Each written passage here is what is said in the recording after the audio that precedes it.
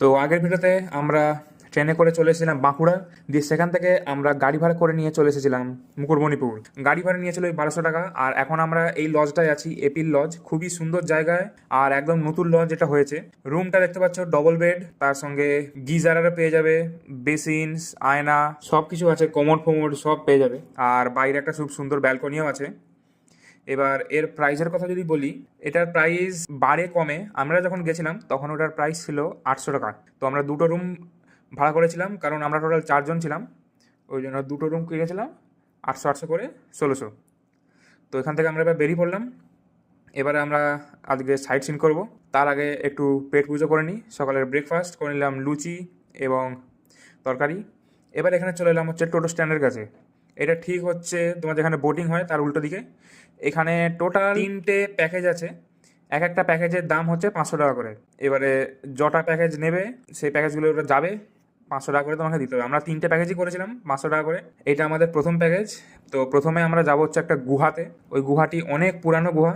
ওখানে আগে মাইনিং এইসবের হতো, বা হচ্ছে যখন ওই সৈনিকরা ছিল তারা ওর ভিতরে থাকতো লুকিয়ে ফুকিয়ে।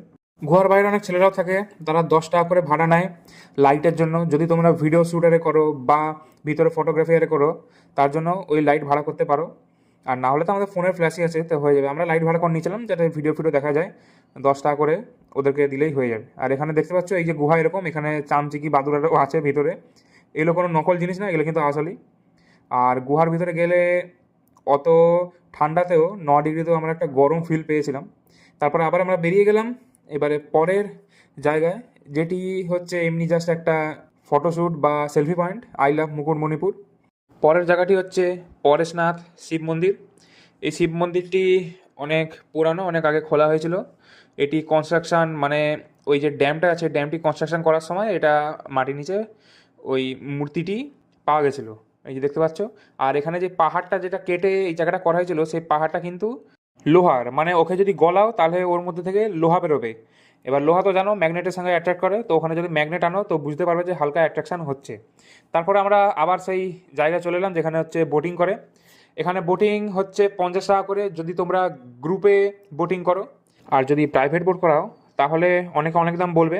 আমরা 300 টাকায় পুরো বোটিং সেরে নিয়েছিলাম, ওই সামনের দ্বীপ অবধি গিয়েছিল। তো আজকের মতন এতটাই। দেখা হচ্ছে তোমাদের সঙ্গে আবার একটা নতুন পার্টিতে। বাই।